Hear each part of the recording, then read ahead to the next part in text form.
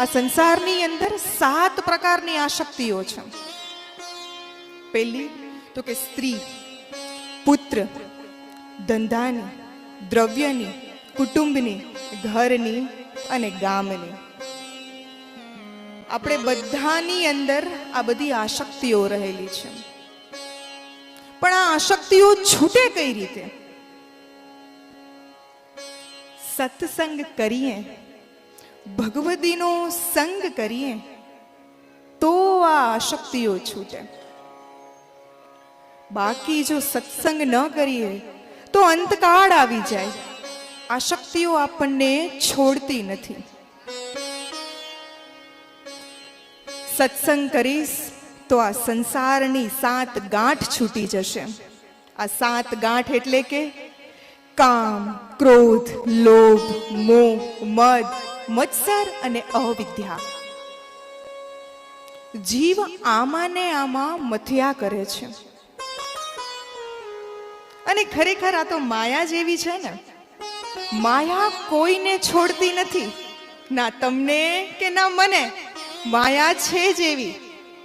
અંત સમય આવી જાય તો એ માયા ન છૂટે. જે આ 7 આસક્તિઓ કે આ 7 ગાંઠ જે કીધી ને, એ અંત સમય આવી જાય ને તો અહીંયા સલવાયેલી જ રહીએ, એ ઘડીકમાં ન છૂટે. પણ જો એ છોડવી હોય તો માત્ર એક રસ્તો છે, ભગવત સત્સંગ.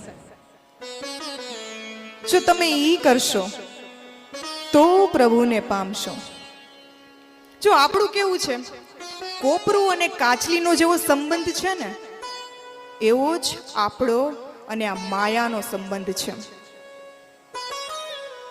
કોપરું અને કાચલી ત્યાં સુધી એકબીજાને જકડાયેલા છે જ્યાં સુધી એમાં મીઠા મધ જેવું જલ રહેલું છે. પણ જેવું એ જલ સુકાઈ જાય એવું તરત કોપરું અને કાચલી જુદા પડી જાય છે. એમાં આપણી અંદર આ મીઠા મધ જેવી વાસનાઓ, આસક્તિઓ રહેલી છે ને, એ જ્યાં સુધી સુકાય નહીં ને ત્યાં સુધી જીવ અને માયા છૂટા ન પડે.